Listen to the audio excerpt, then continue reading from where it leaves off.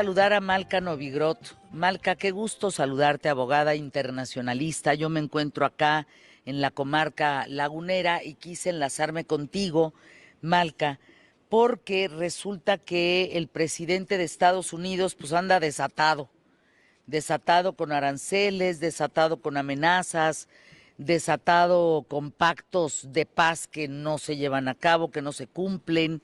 Y esta orden del presidente de Estados Unidos, Donald Trump, al Pentágono para empezar inmediatamente a probar, pero ya este arsenal nuclear, y parece que relanzan esta amenaza nuclear entre Rusia y Estados Unidos que se mantiene.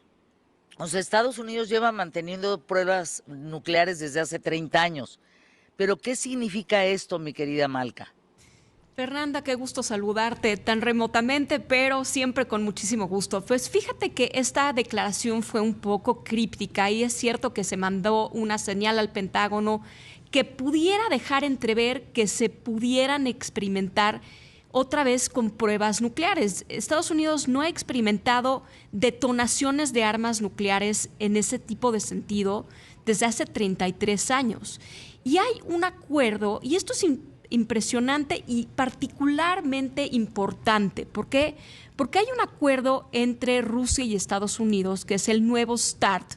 Es un acrónimo que es Strategic Arms Reduction Treaty, que se firmó en el 2010 y que entró en vigor en el 2011 y después se pospuso en el 2021, que en febrero del 2026 va a acabar.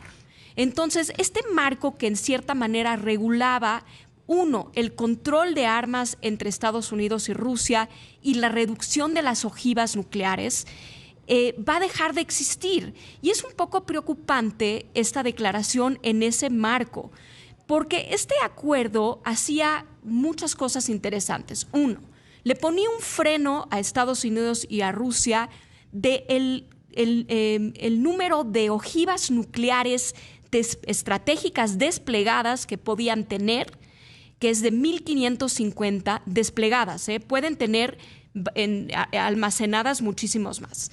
Y también pone un límite de cuántos vectores de lanzamiento pueden tener desplegados. Y este acuerdo, al vencer en febrero de 2026, pues va a poner esa limitación un poco y va a poner en entredicho de qué va a pasar, porque no es solo Estados Unidos y Rusia quienes están sufriendo una presión por renovar su armamento y también por expandirlo, porque tienes a China, por ejemplo, que está expandiendo a una velocidad impresionante su armamento nuclear, y tienes otras potencias nucleares como Francia, como Inglaterra, claro que no comparado con Estados Unidos y Rusia, quienes poseen el 90% del arsenal nuclear. Ahora, todo deja entrever que después de esa declaración se empezó a matizar un poco qué quería decir. Y, es decir, los países pueden no experimentar, como lo han hecho con detonaciones nucleares desde hace muchísimo tiempo, pero estos vectores de lanzamiento pueden ponerlos a prueba. Es decir, ¿qué son estos vectores de lanzamiento? Son submarinos, son todos estos medios por los cuales se puede utilizar estas ojivas nucleares. Y esas sí se pueden experimentar con ellas, y es lo que al parecer se matizó esta declaración de Estados Unidos. Rusia, a la par, lo que hizo es decir, en principio Rusia había dicho que a pesar de que iba a concluir el tratado, ellos se iban a autolimitar y no iban a hacer experimentación nuclear. Pero a partir de esta declaración de Trump dijo, bueno, pues esto es una situación completamente recíproca. Si Estados Unidos va a empezar a hacer sus experimentos, pues nosotros también vamos a responder. Entonces, esto pone una situación mundial muy peligrosa. ¿Por qué? Porque cualquier declaración de Estados Unidos y Rusia, que son los detentores de estas ojivas nucleares en un 90%, pone a cuestionar un poco sus estrategias a demás países. Por ejemplo, China, al decir que va a aumentar su arsenal nuclear, pues entonces todos estos países que tiemblan cada vez que China hace ese tipo de declaraciones, como Japón o como Taiwán o los alrededores, pues entonces empiezan a cuestionar un poco su reacción ante ese aumento, porque no todos los países tienen ojivas nucleares, son muy limitados los que tienen, pero pone en una situación también de al Rusia decir, oye, vamos a también cuestionar nuestras políticas de aumento de estas armas nucleares. La OTAN empieza a cuestionar también, tienen siempre como simetrías en diferentes puntos del mundo. Entonces, lo que tenemos que hacer es esperar para ver que se clarifiquen mucho más estas situaciones, esperar y presionar el mundo para que Estados Unidos y Rusia se pongan a negociar otra vez un acuerdo que tiene muchas cosas. Este nuevo START, tiene algunas cuestiones obsoletas. Por ejemplo, se tienen que incluir armas nucleares no estratégicas, sino tácticas. Se tienen que también poner nuevas armas como aquellas que son desplegadas, las hipersónicas, por ejemplo, o aquellas que son desplegadas por mecanismos como los drones. Se tendrían que incluir en un tratado eventualmente. Pero esto detonó una discusión interesante que creo que se va a desarrollar en las próximas semanas, de el mundo tiene que volver a sentarse y recuestionar con estas nuevas tecnologías cómo el despliegue de estas armas nucleares, por una parte, y la posesión de estas armas nucleares. A ver, aquí creo que vale la pena de manera importante hablar de este grupo exclusivo que usan armas nucleares, que son Corea del Norte, Pakistán, Estados Unidos, el más potente, Francia, India, Israel, Rusia, Reino Unido y China. Esos son los que hasta hoy manejan, y bueno, en el caso de Israel, sin confirmar que verdaderamente tenga el arsenal que uno piensa que tiene. Hoy se habla, cuando hablas de un poder nuclear, no quiere decir que sea más potente, es correcto, sino la cantidad de ojivas individuales que tú puedes lanzar como estrategia contra un país. ¿Se acuerdan el famoso rompebúnker que lanzó Estados Unidos para entrar a lo más hondo de la tierra? A eso se refiere hoy. Más precisión, ¿eso es correcto, Malca? A ver, estamos hablando que el tratado cubre las armas, las ojivas nucleares estratégicas. ¿Cuáles son esas? Son aquellas que son mucho más potentes que las tácticas y tienen un fin diverso. Las estratégicas lo que tienen como finalidad es, primero es hacer un daño lo suficientemente grave en un país para que no se expanda en caso de usarse, ¿no?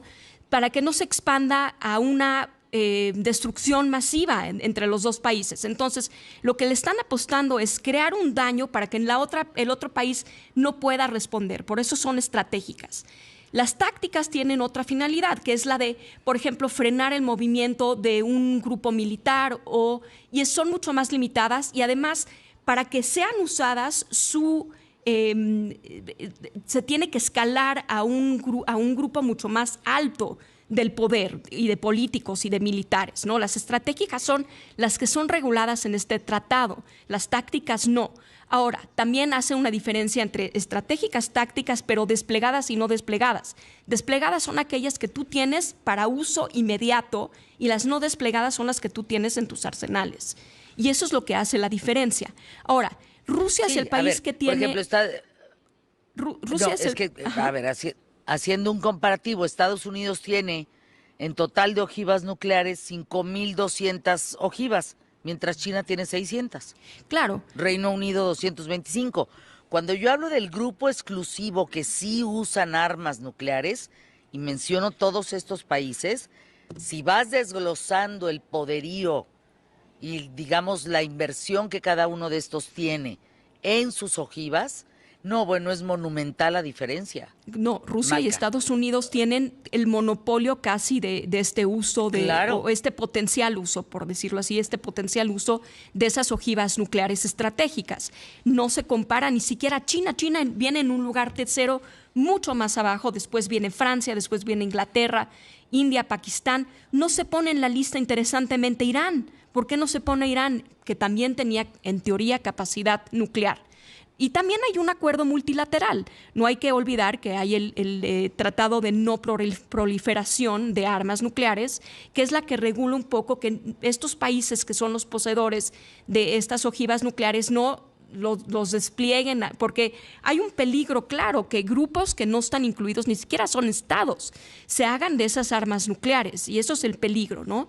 Y también la indefinición es lo que hace que no existan estos protocolos o nos compliquemos. Tú recordarás esta situación, Fernanda, en 1962, de cuando Estados Unidos estaba poniendo un cerco marítimo a Cuba, de estos submarinos nucleares que Estados Unidos detectó que uno de ellos, provenientes de Rusia, venía con una ojiva nuclear, con un torpedo nuclear que tenía la capacidad de la bomba nuclear de Hiroshima, la ¿no? isla. Entonces, esto se supo mucho después. Entonces, lo que se quiere, y fue frenado ese conflicto por un segundo a bordo de este submarino nuclear.